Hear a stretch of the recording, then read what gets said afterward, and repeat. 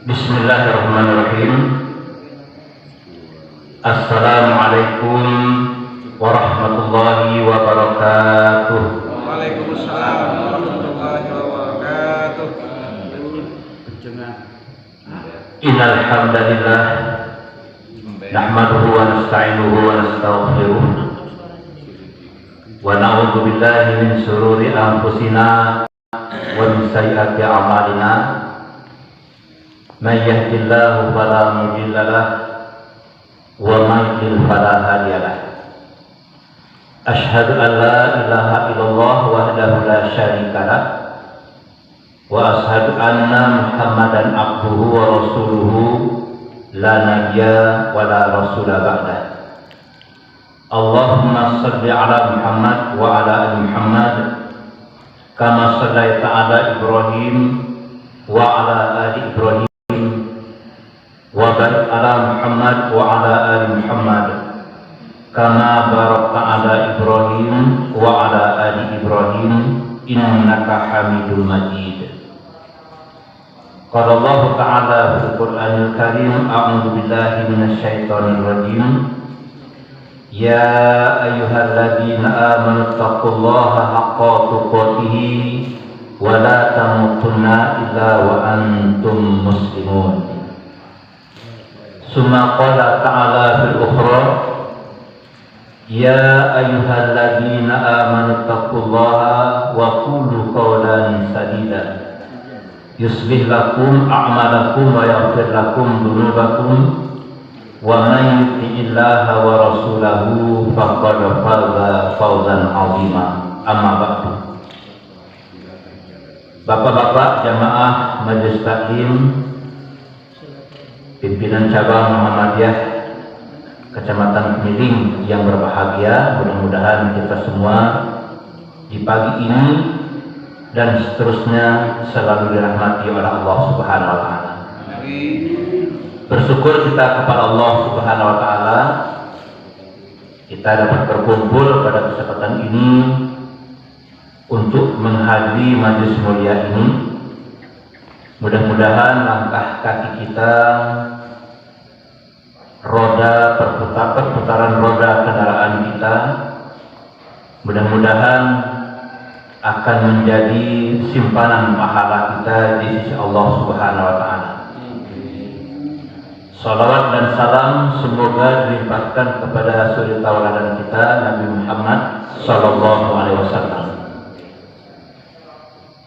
Para hadirin yang berbahagia, salat subuh yang kita lakukan baru saja tadi mudah-mudahan sebagai salah satu bukti iman kita.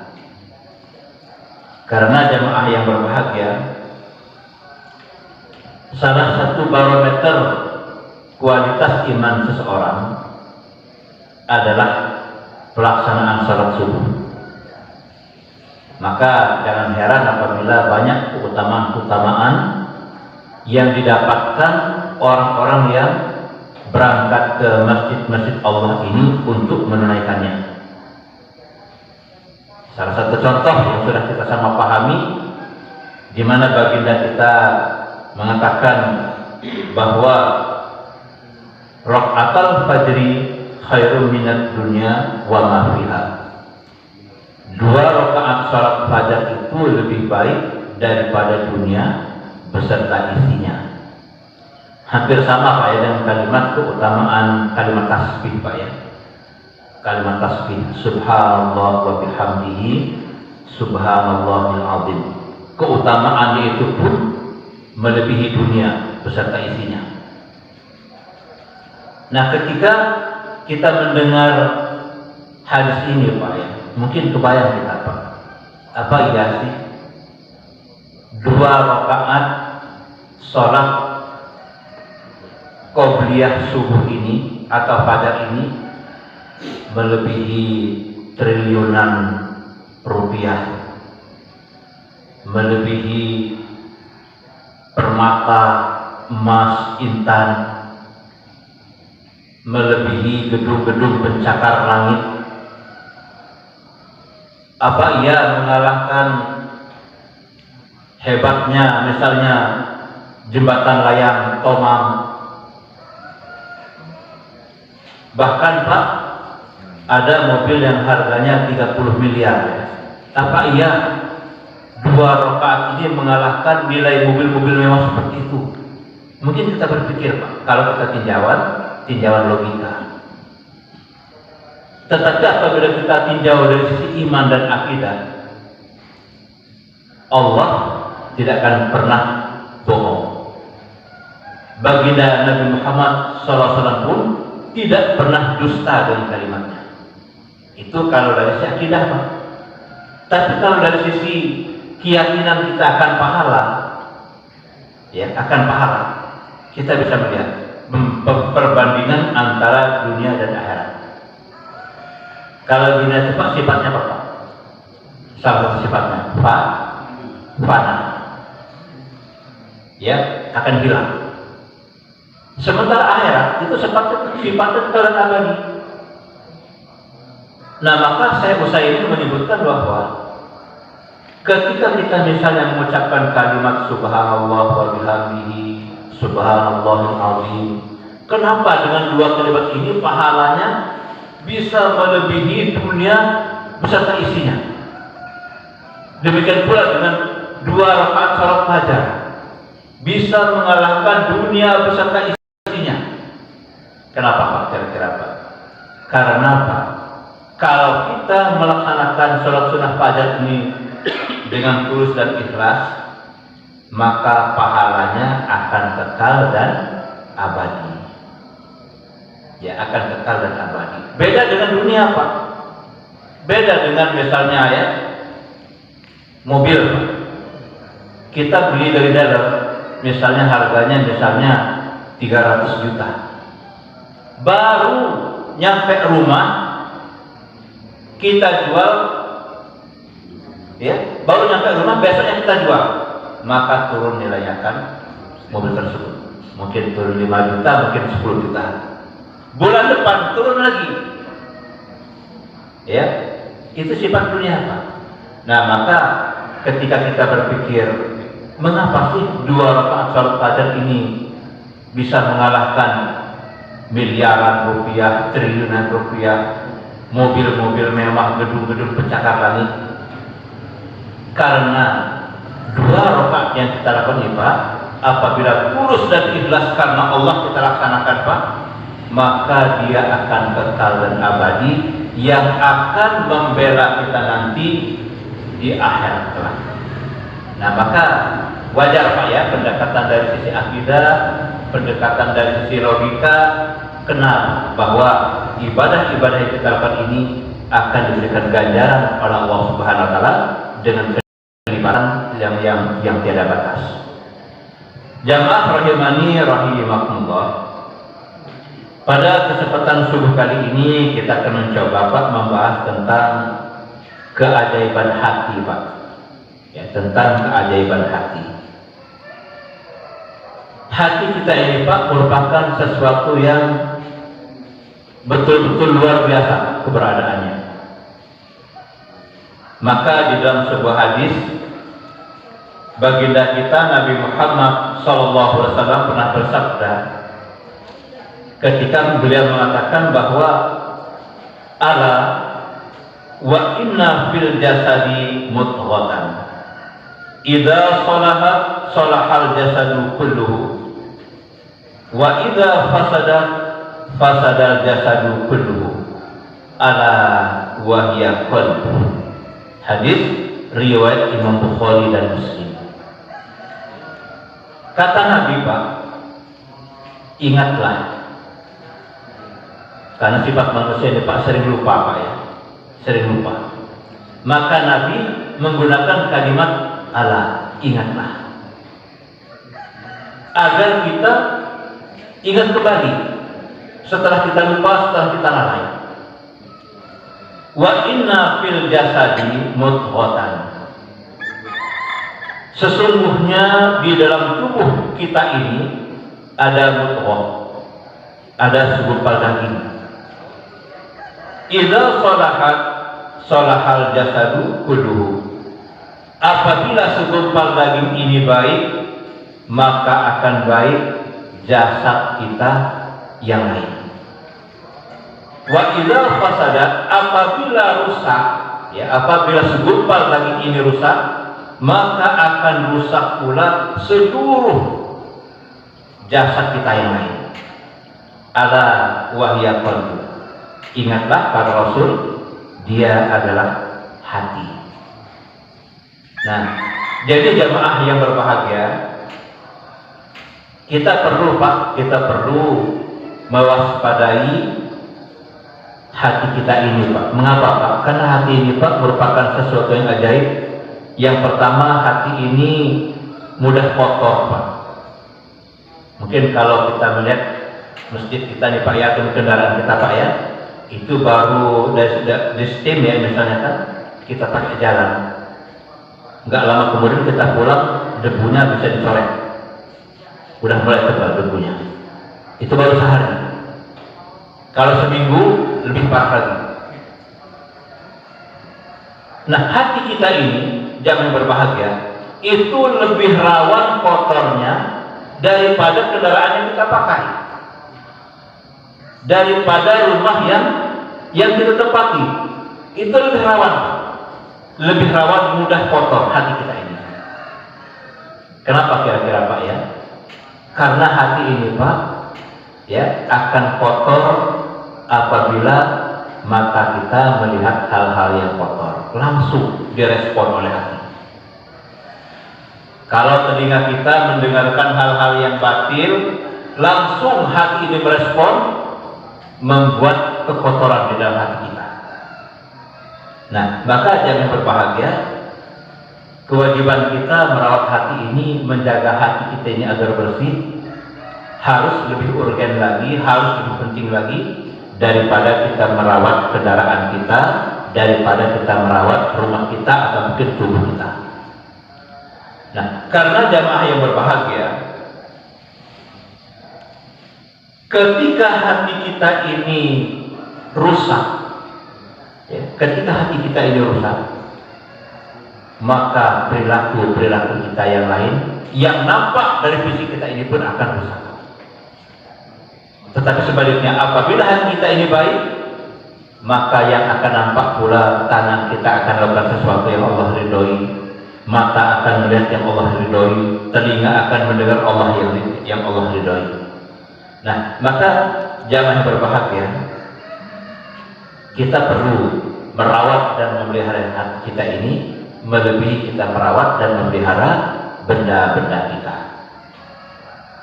Coba kalau kita mencoba memuhasabah diri, Pak, ya, kira-kira bagaimana, Pak, dengan kondisi hati kita? Karena kondisi hati kita ini, Pak, dikatakan oleh para ulama ada 3 kemungkinan, Pak. Yang pertama, bisa jadi kondisi hati kita ini sehat, bisa jadi kondisi hati kita ini sakit, bisa jadi kondisi hati seseorang itu mati. Na'udzubillah min dzalik. Ketika kita berbicara tentang kondisi hati yang sehat, di mana hati yang sehat inilah, hati yang selamat inilah yang akan menyelamatkan kita di dunia dan akhirat, yang akan menjadikan segala sesuatu itu bernilai di sisi Allah Subhanahu wa Ta'ala. Dalam sebuah ayatnya, yaitu surat As-Su'ara ayat yang ke-88 89, Allah Subhanahu wa Ta'ala berfirman, yauma la yanfa'u malun wala banun illa man atallaha biqalbin salim. Yaitu di satu hari harta dan anak-anak kita ini tidak akan berguna kecuali orang-orang yang menghadap Allah Subhanahu wa Ta'ala dengan hati yang selamat, dengan hati yang sehat. Nah, jadi jamaah rahimani rahimahullah, berdasarkan ayat ini, Pak, maka keselamatan kita nanti di akhirat sangat bergantung dengan kondisi hati kita. Kalau hati kita ini selamat, kalau hati kita ini sehat, maka Allah akan menyelamatkan kita. Nah, tentu jangan berbahagia ketika kita berbicara hati yang sehat. Ya, hampir sama Pak ya dengan jasad kita nih Pak ya. Kalau tangan kita ini sehat Pak, kita megang arit itu enak betul Pak ya. Kita megang arit, ya kita mungkin nyetir mobil, nyetir motor, enak betul. Kalau lagi sehat. Kalau lagi sakit, kadang-kadang menggenggam begini saja berat. Itu fungsinya. Sama dengan mata Pak ya. Kalau mata kita ini sehat, kita melihat enak, membaca enak, mendapatkan terpaan angin enak. Tapi kalau mata kita ini sakit, maka terpaan angin menjadi perih, membaca jadi pudar, bahkan tidak sedikit ketika mata kita ini sakit harus mengalami operasi pembersihan, katarak misalnya. Nah, kalau hati kita ini yang sehat, maka dia akan berfungsi Pak. Di antara fungsi hati ini Pak ya, yang pertama untuk mengingat Allah, ma'rifatullah Pak, untuk mengenal Allah, untuk zikrullah, mengingat Allah, khauf, takut kepada Allah, mahabbah, cinta kepada Allah, roja, berharap kepada Allah Subhanahu wa ta'ala. Ini fungsi hati. Nah, maka jangan berbahagia apabila hati kita ini sehat Pak, maka ada beberapa tanda.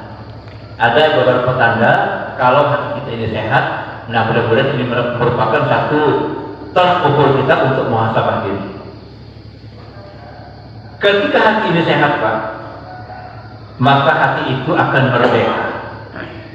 Dia merdeka dari segala bentuk peribadatan kepada selain Allah. Jadi kalau ada orang yang melakukan kemusyrikan Pak ya, ketergantungan dengan makhluk, maka itu pertanda hatinya tidak sehat. Nah, tetapi kalau ada seseorang yang hatinya merdeka,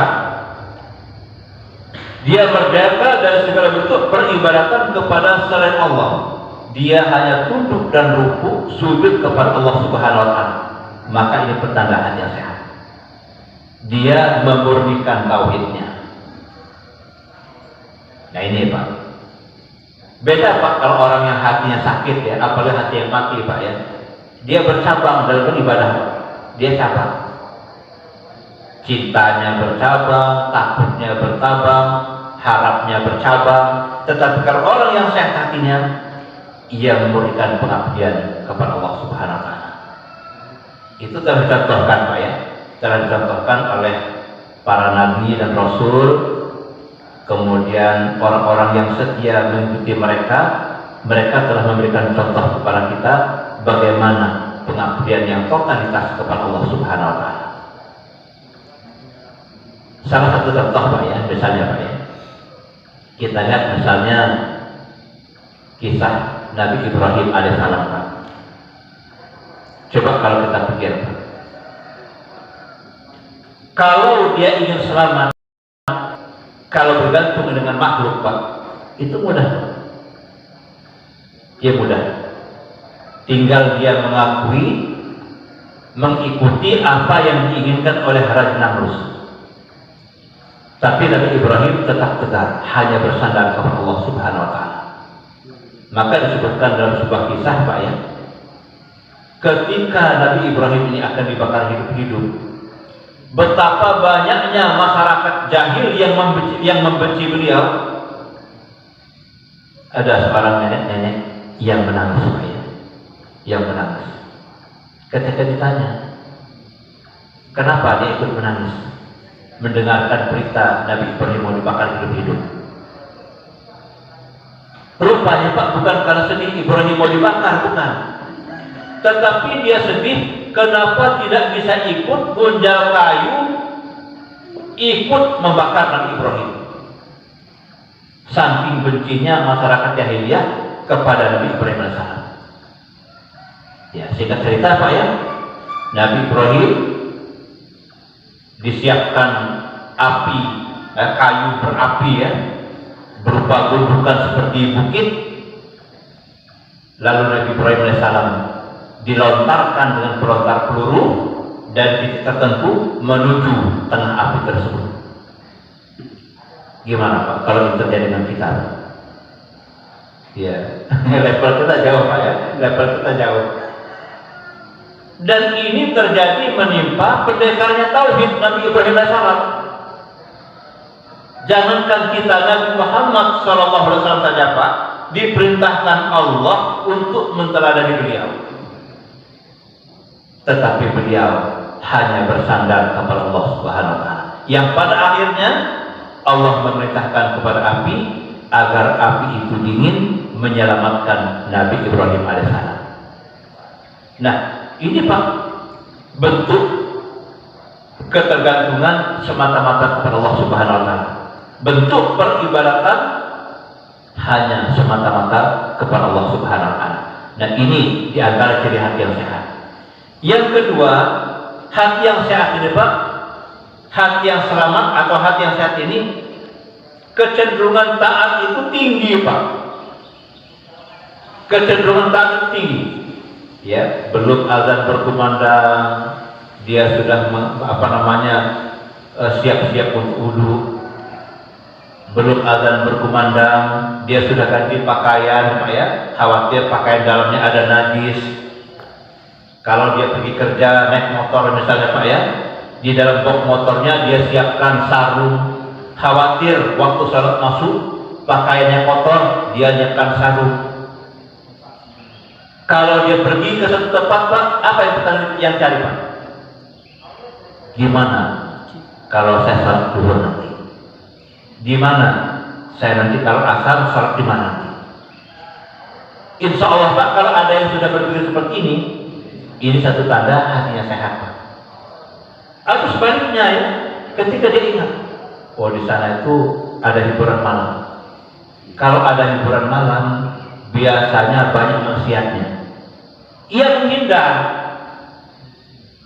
menghindar dari tempat-tempat yang berbau maksiat. Maka insya Allah ini merupakan tanda hati yang sehat. Nah, belum lagi Pak, misalnya dia gajian Pak ya, dia gajian. Ketika dia gajian Pak, kira-kira Pak, poin pertama yang kita sisihkan apa Pak? Beli kuota apa beli pulsa? Apa beli pulsa listrik? Nah, kalau hati yang sehat Pak ya, ketika dia mendapatkan gaji, apakah gaji mingguan, apakah gaji bulanan, maka poin yang pertama yang dia pisahkan adalah infak, sedekah. Begitu saja Pak. Belum dia anak sekolah, SPP, bayar pulsa, bensin. Poin yang pertama, kalau dia dapat uang misalnya 10 juta, langsung dia keluarkan 250.000 atau 500.000. Uang ini untuk syarat infak. Dibulankan lagi, baru ia berikan untuk keluarganya. Nah ini Pak, ini ciri hati yang sehat Pak.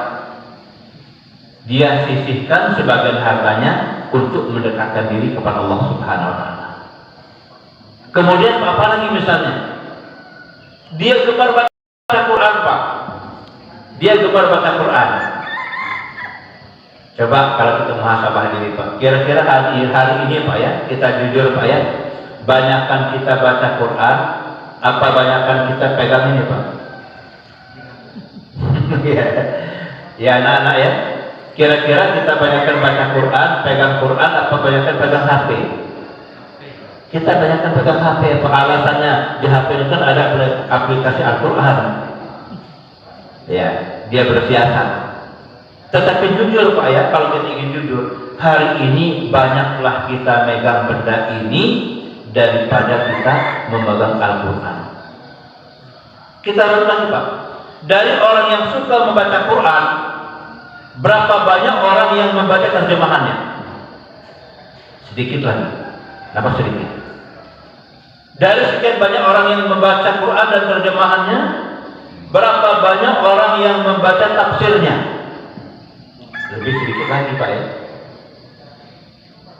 Terus Mereka yang memperjuangkannya lebih sedikit lagi. Mereka yang mengamalkannya lebih sedikit lagi. Nah, jadi jangan berbahagia.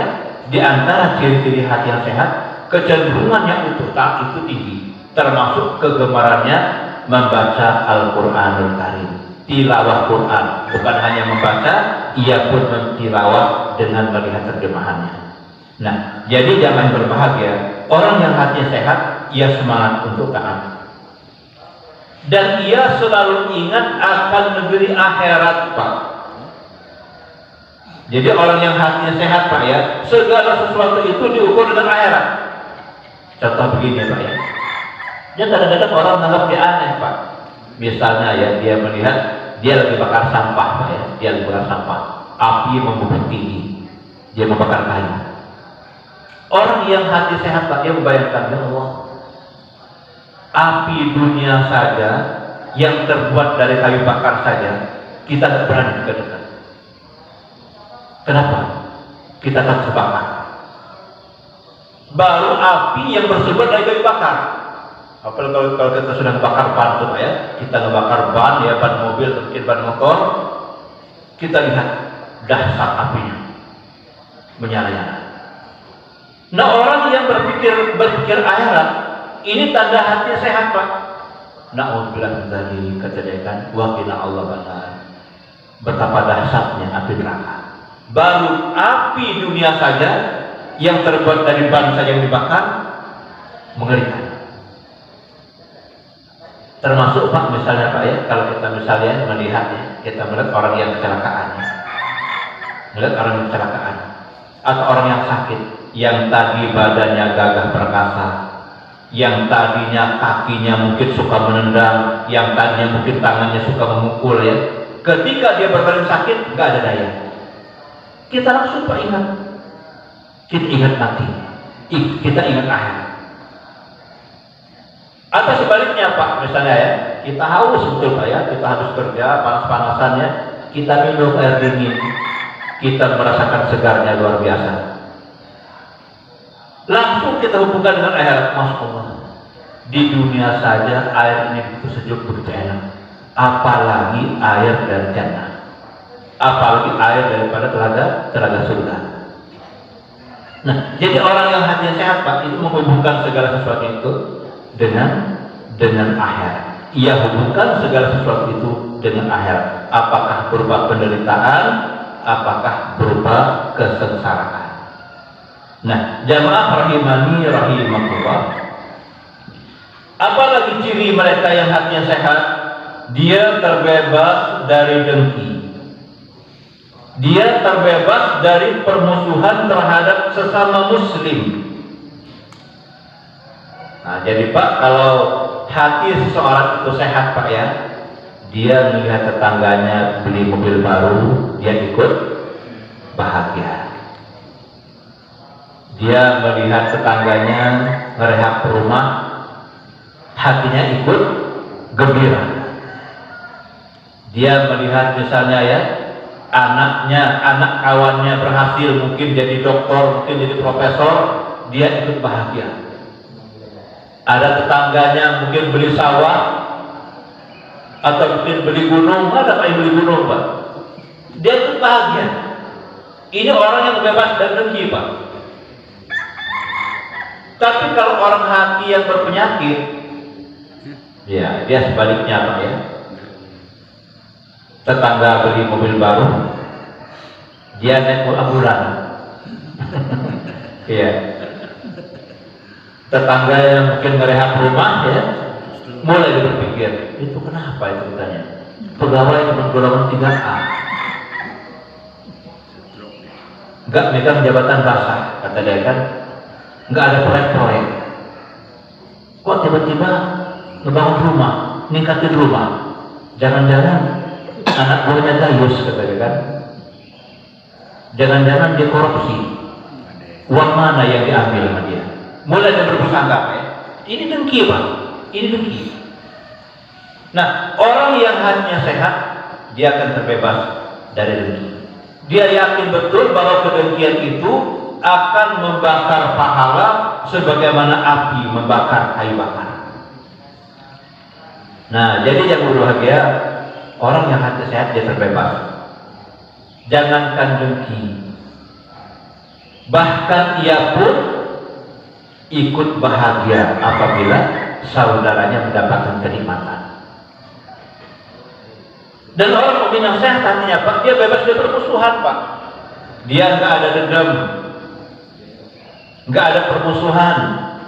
Kan ada Pak, ya, kadang-kadang ya suami istri seminggu nggak seteguran. Ada Pak.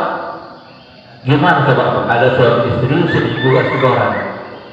Kira-kira Pak, istri kita tepat saudara kita kan Pak? Saudara mukmin nggak? Saudara mukmin Pak. Jadi istri kita nih Pak ya, bukan hanya sekedar istri, tetapi dia juga merupakan saudara mukminah kita, saudara mukmin kita.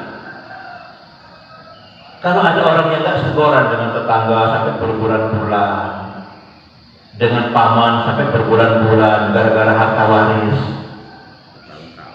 ya, kakak beradik nggak segoran gara-gara mungkin pernah berdebat, atau mungkin sesama jamaah ada nggak segoran sampai 1 minggu gara-gara beda pendapat misalnya.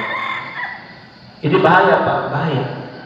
Nah, orang mukmin yang hatinya sehat, dia akan terbebas dari permusuhan. Dia sadar betul Pak, bahwa nggak boleh lebih dari 3 hari kita tidak bertegur sapa. Kan begitu Pak. Orang mukmin menyadari betul Pak, kalau lewat dari 3 hari, kalau kita ingin menjadi hamba yang mulia, kita mulai dulu ngajak baikan. Kita mulai dulu untuk islah. Nah, jadi jangan berbahagia. Hati yang sehat akan terbebas dari kedengkian dan akan terbebas dari permusuhan. Coba kita muhasabah diri Pak ya. Kadang-kadang kan gitu Pak ya. Kadang-kadang gara-gara perbedaan pendapat dalam musyawarah ya, sampai-sampai ketemu saja bertegur sapa pun jadi berat. Ada kan? Gara-gara berebut tampuk kedudukan pada top manager misalnya, berlarut-larut Pak, sampai kepada ditularkan kepada umatnya, ditularkan kepada anggotanya. Mukmin yang sehat hatinya, dia akan terbebas dari permusuhan. Nah, apalagi ciri-ciri hati yang sehat? Ia menyukai pekerti yang luhur, akhlakul karimah, santun dan bijaksana. Maka jamaah yang berbahagia, hati yang sehat Pak akan tercermin dari perilaku. Salah kalau ada orang mengatakan Pak ya, biarlah dia, walaupun penampilan preman, yang penting hatinya baik. Atau mungkin misalnya ya, biarin mulutnya pedas, pedasannya suka ngomel Pak, suka ngomel, suka ngebentak ya, suka menyakiti lisannya, yang penting hatinya baik, kan? Ini keliru Pak, karena cerminan hati itu terlihat dari lisan, terlihat dari gerakan, terlihat dari perilaku sehari-hari. Nah, maka orang yang hatinya sehat, ia menyukai pekerti yang luhur, santun, dan ia bijaksana. Jamaah rahimani rahimakumullah, hati yang sehat juga cinta dan benci karena Allah, bukan cinta dan benci karena suku, bukan cinta dan benci karena asobiah, bukan cinta dan benci karena kedekatan, tetapi cinta dan benci karena Allah Subhanahu wa Ta'ala. Beda Pak ya. Contoh begini Pak ya, kita ingin mewujudkan cinta kita kepada anak kita misalnya.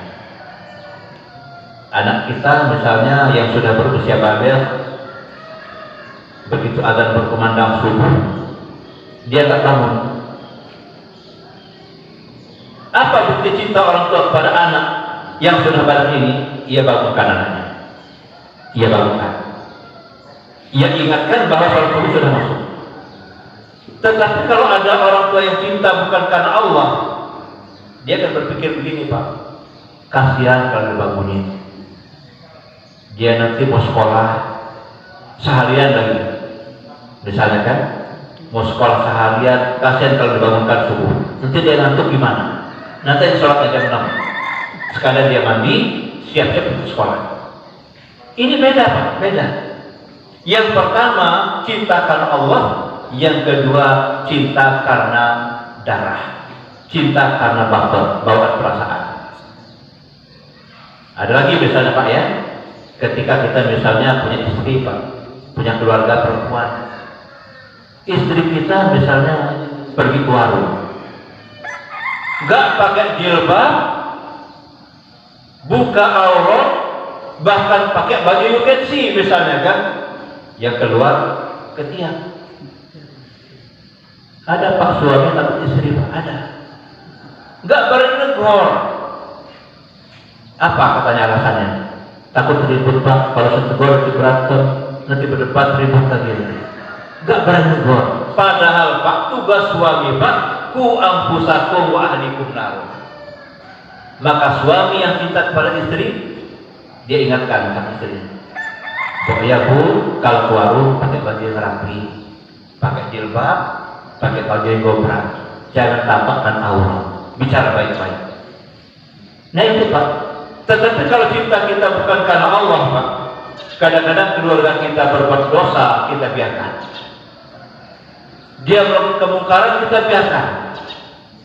Dengan alasan mungkin takut ribut, takut berdebat dan sebagainya. Padahal yang berbahagia, bukti cinta kita karena Allah, kita ikut meluruskan kalau saudara kita ini bengkok, kalau dia menyimpang, kalau dia melanggar, kita ingatkan. Nah tentu kita ingatkan dengan cara-cara yang ma'ruf.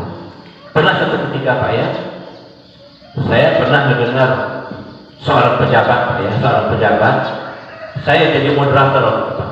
Saya jadi moderator pada acara pembinaan kepala sekolah. Lalu dia bilang begini Pak, dia bilang begini, boleh menyelewengkan dana bos. Dia bilang begitu Pak ya, silakan saja diselewengkan, yang penting olah saja kata dia. Seperti apa kata dia? Seperti orang yang haram memakan daging babi kata dia. Jangan makan daging babinya kata dia, jual babinya, ambil rohnya kata dia. Saya takut dan Pak ya, ini bahaya ini pembinaan segitu baik pelan-pelan, tak ada yang berani kritik. Besoknya Pak saya datangi rumahnya Pak. Saya datangi rumahnya, saya ingatkan pidato dia ketika itu begini, dia akui. Ya kita kasih masukan. Kalau Bapak bilang begitu, Bapak telah sesat dan menyesatkan orang banyak sebenarnya. Waktu itu rumahnya qadarullah dekat rumah Ustaz kita ya, Ustaz Faid ya. Kalau nggak percaya apa yang saya katakan, silakan Bapak tanya kepada beliau. Saya bilang begitu kan. Nah seperti itu. Nah seperti itu Pak. Kalau kita biarkan Pak, kalau kita biarkan, berarti kita membiarkan orang lain terjerumus dan kita berdosa, tidak menegakkan amar ma'ruf nahi munkar ketika itu. Nah jadi kami berbahagia orang yang hatinya sehat, dia cinta dan benci karena Allah, dan dia ridha dan tidak ridha pun karena Allah semata-mata.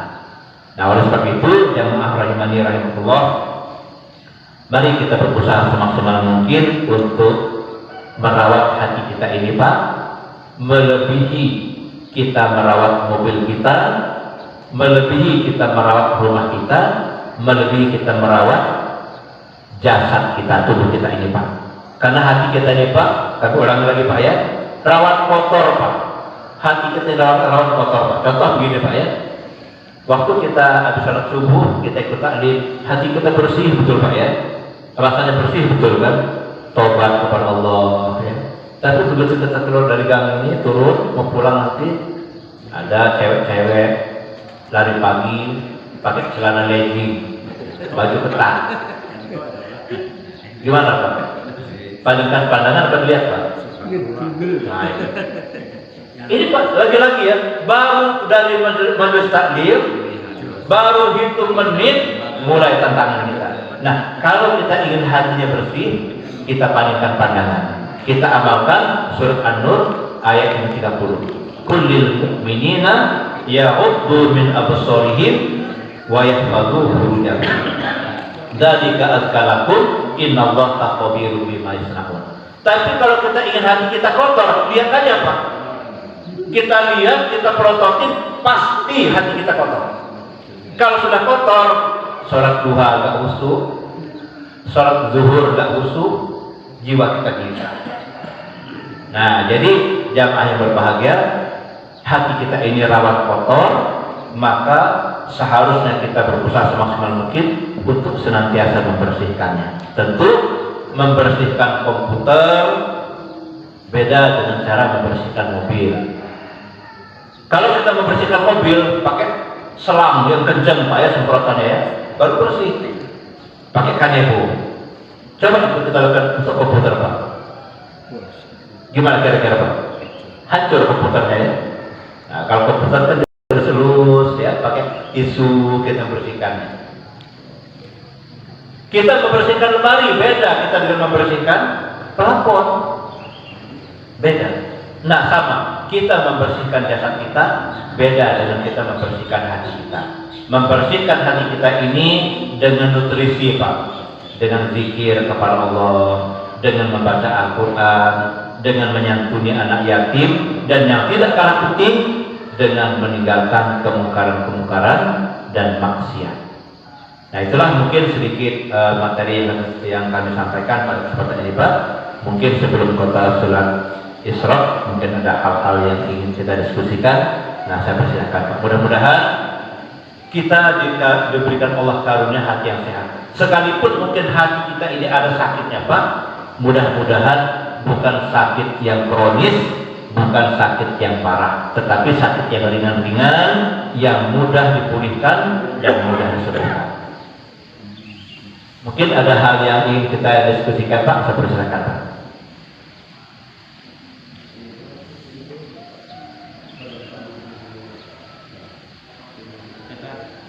Ya silakan Pak. Masih kayaknya hati yang kotor ini Ustaz. Masih ada yang ya mungkin kayak tadi iri dengki tadi Ustaz. Apakah masih tetap ada kalau namanya manusia itu pasti ada gitu Ustaz? Apakah gimana kira penjelasannya? Ya baik ya. Iri dengki ini Pak berawal dari kedengkian iblis kepada Adam, ya kan Pak ya? Kemudian kedengkian yang kedua, kedengkian Qabil terhadap Habil. Dengan kedengkian Qabil terhadap Habil, akhirnya Qabil ini membunuh Habil. Nah, jadi jangan berbahagia. Iri dengki ini sesuatu yang diharamkan dalam segala hal kecuali 2 poin.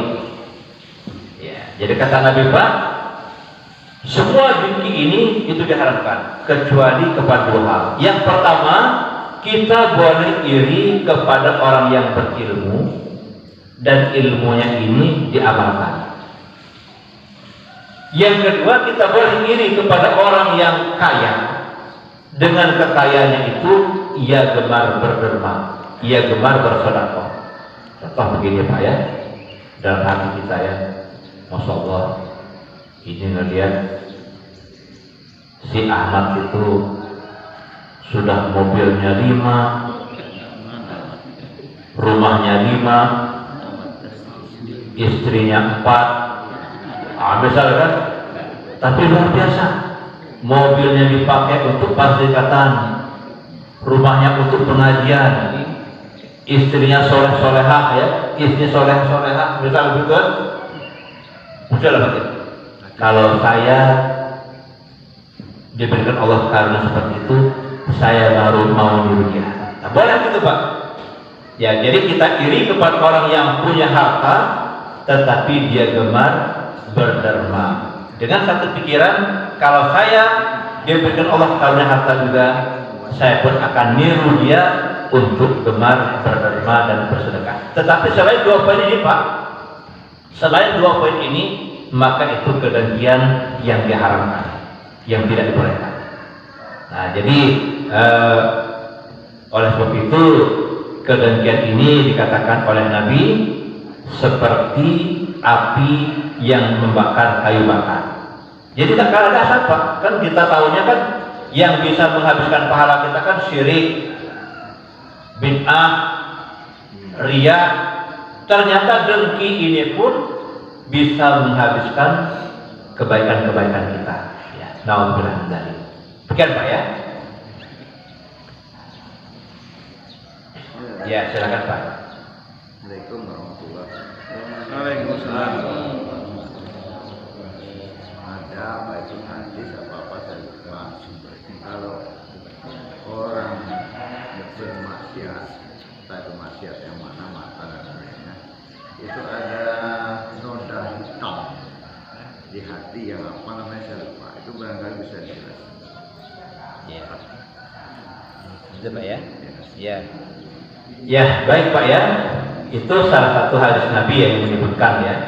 Salah satu hadis Nabi yang menyebutkan apabila seseorang itu melakukan perbuatan dosa ya, maka akan muncul bintik hitam pada hatinya.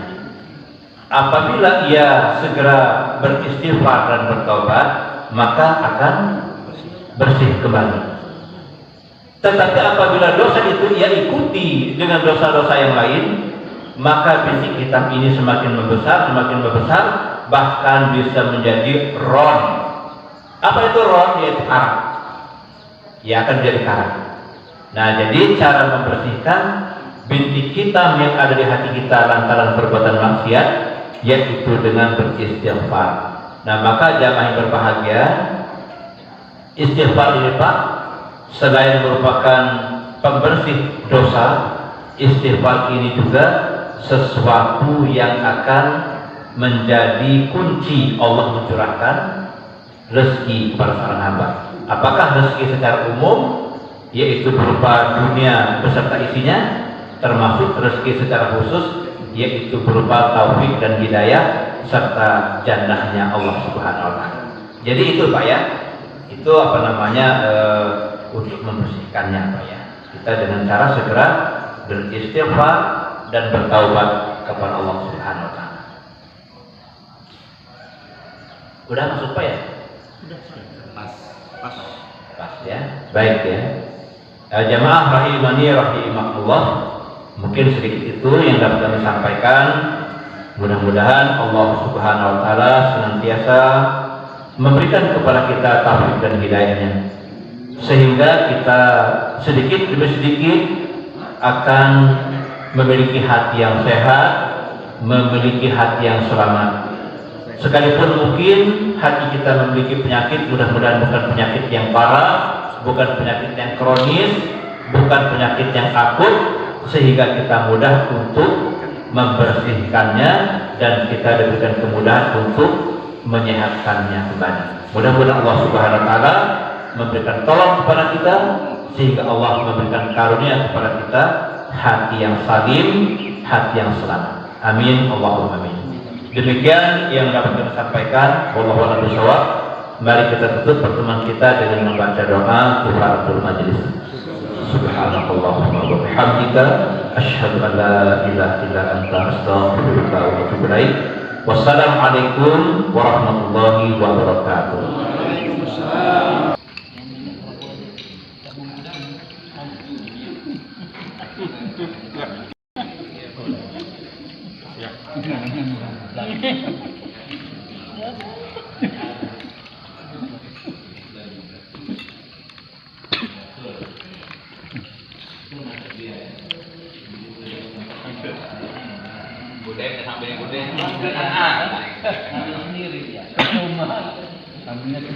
Oh, nambah ya Anto ya?